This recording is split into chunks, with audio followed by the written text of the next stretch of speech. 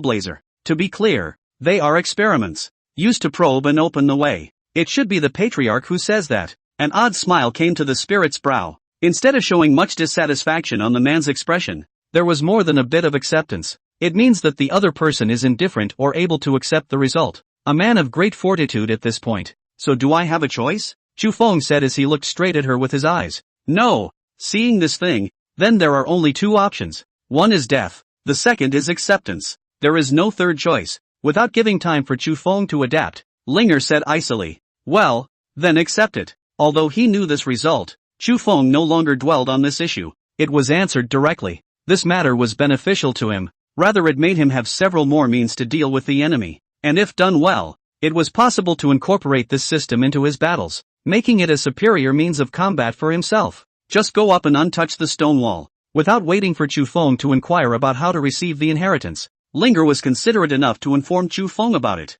Chu Feng directly walked up, and he did not start receiving the inheritance above him. Instead, he stared at the stone wall. When he was in the distance, he could see that there was a great deal of writing on it, as if it was of an explanatory nature. Now that he was close, he wouldn't let go of an opportunity to understand the legacy of this amazing explosion. Dan, Ouyang Tiangong, a divine alchemist above the immortal court, as the master of the immortal court's hall of three elements, commanding countless alchemists and providing supreme pills for the immortal court. Although the status of alchemists and also their skills make this group of people get extremely high treatment, however, the fighting strength was too weak, causing countless greedy people to imprison and capture the alchemists. Once you realized this, he wanted to make a change. This led to the series of pill refinements known as the explosive amazing pills. Unfortunately, it took decades for the old immortal to develop the refining system of this elixir to the 9th grade level. When there was no continued development, the heavenly demon attacked, and in order that my heart and soul would not be destroyed,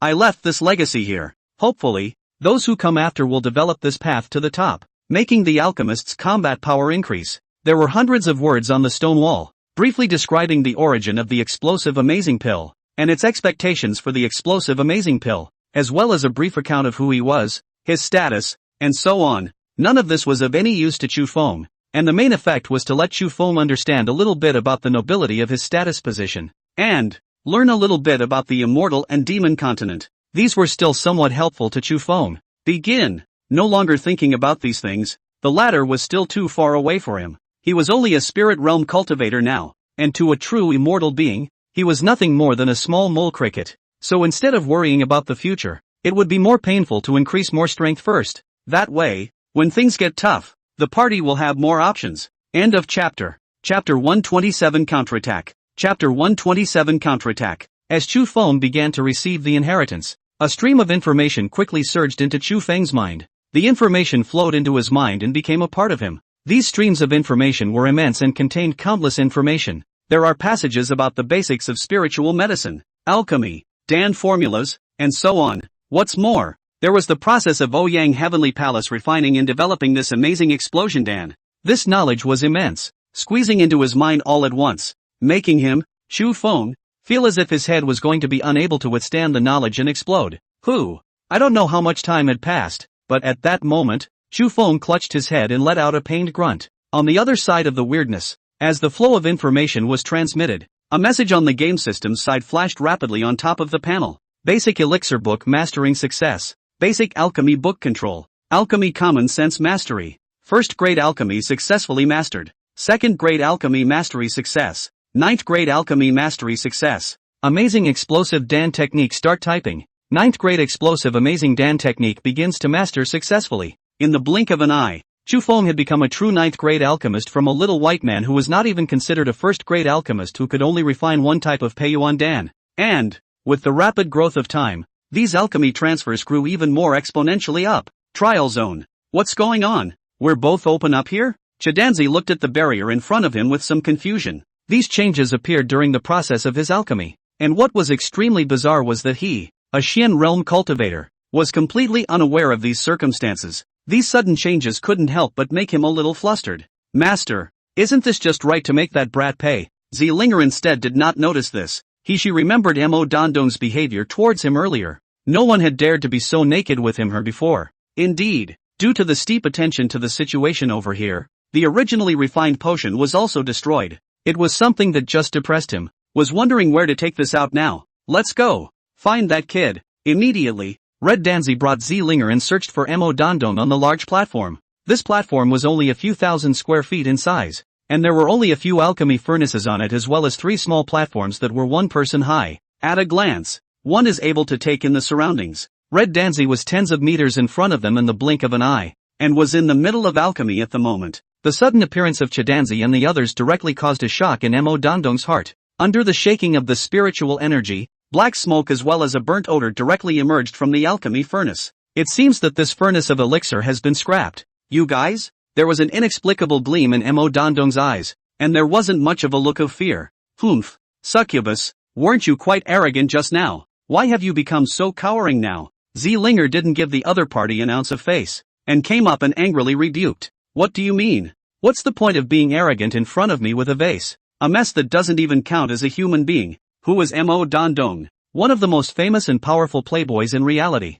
When has he ever suffered this kind of aggravation? He disliked it right away. To him, these two were nothing more than a small NPC. How dare something that isn't even human speak to him like that? Master, how dare you do this to me? Humph, do you really think I'm easy to bully? Spirit Fire Talisman, Blast, Jasper Sword, go! Zlinger grunted coldly and reached out, then shot out fire. In the blink of an eye, the fire exploded around Mo Dondong, forming a blazing fire that surrounded him. After the eye blaze exploded, before Mo Dondong could react, Zlinger stabbed at her opponent with a flash of turquoise light. Clank! With a resounding explosion, Mo Dondong and Zlinger exchanged blows. Mo Dondong used a long sword, and with a wide opening, he pressed Zlinger into retreat, and it knocked back the advantage of its initial raid. In the blink of an eye, the two of them had fought for dozens of moves, and both of them had more or less some damage on their bodies. This looked impatient in the eyes of Chidanzi, and more than a few moments of heartache, seeing that Zlinger was about to be slashed on a break.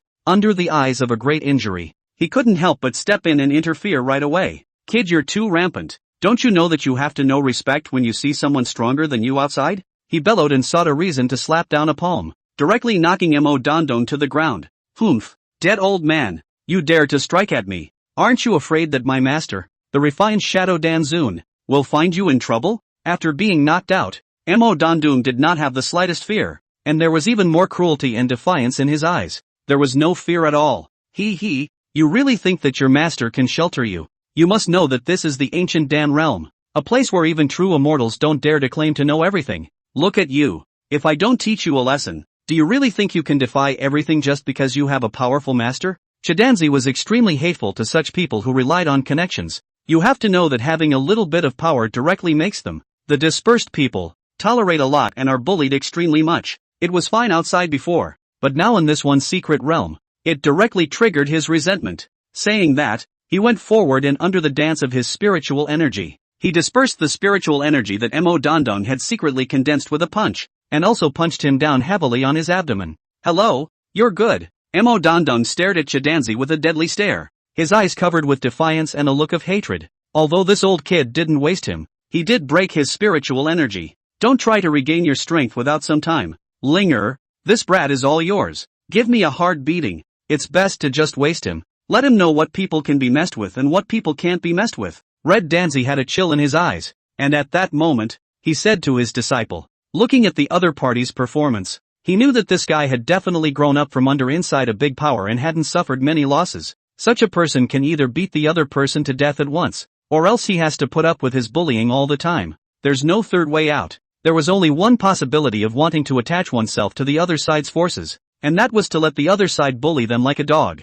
But who was he? A 7th grade alchemist, an elder-like existence inside some small to medium-sized forces. How is it possible to take all this gas? Immediately, he gave Merdenton to his disciple to vent his anger and deal with it later. Master, he has the existence of a Danzun master. Are we doing this? Zlinger was just angry at first, but if she really asked her to decapitate the other party, she really didn't dare. After all, that was a Danzun. Humph, what are you afraid of? Master taught you one thing. A dead genius is not called a genius, and no one else cares what happens behind that genius. Chidanzi was truly worthy of being an old man, directly stating the essence of a matter. He didn't just say words like that. Instead, he'd seen too much of this, too many various small clans, awesome celestial pride, because of their own soaring strength and the importance of the people above them. It makes them blind, thinking that they are invincible, inviting countless enemies, and that no one dares to mess with them. But when something happens to the other party, or the talent is lost once, then they can be as miserable as they want to be behind them. Yes, master. Hearing that there was a guarantee from her own master, Zeelinger instantly let go of the concerns in her heart and took the turquoise longsword, viciously stabbing at the immobile and completely defenseless Mo Dondong. He snapped, "Succubus, let you be arrogant. This girl has said that one day, when you fall into my hands, there will be a good time for you. Now I will collect some interest first." Saying that, the sharp longsword was as fast as lightning, stabbing several holes in Merdenton's hands and feet. Mo Dondong endured the pain and stared at Zeelinger with a fierce voice. "Stinking, kill me if you have the ability. If you don't die in a big way this time, I'll definitely let you experience what it means to be desperate." Although he endured without screaming out on the surface, Mo Dondong had already angrily cursed Zeelinger, this woman, thousands and thousands of times inwardly, while at the same time coming up with countless means of concocting the other party deep inside his heart. "Humph, really think I wouldn't dare?" Zeelinger was so provoked that she couldn't help but stab her long sword towards Mo Dondong's heart.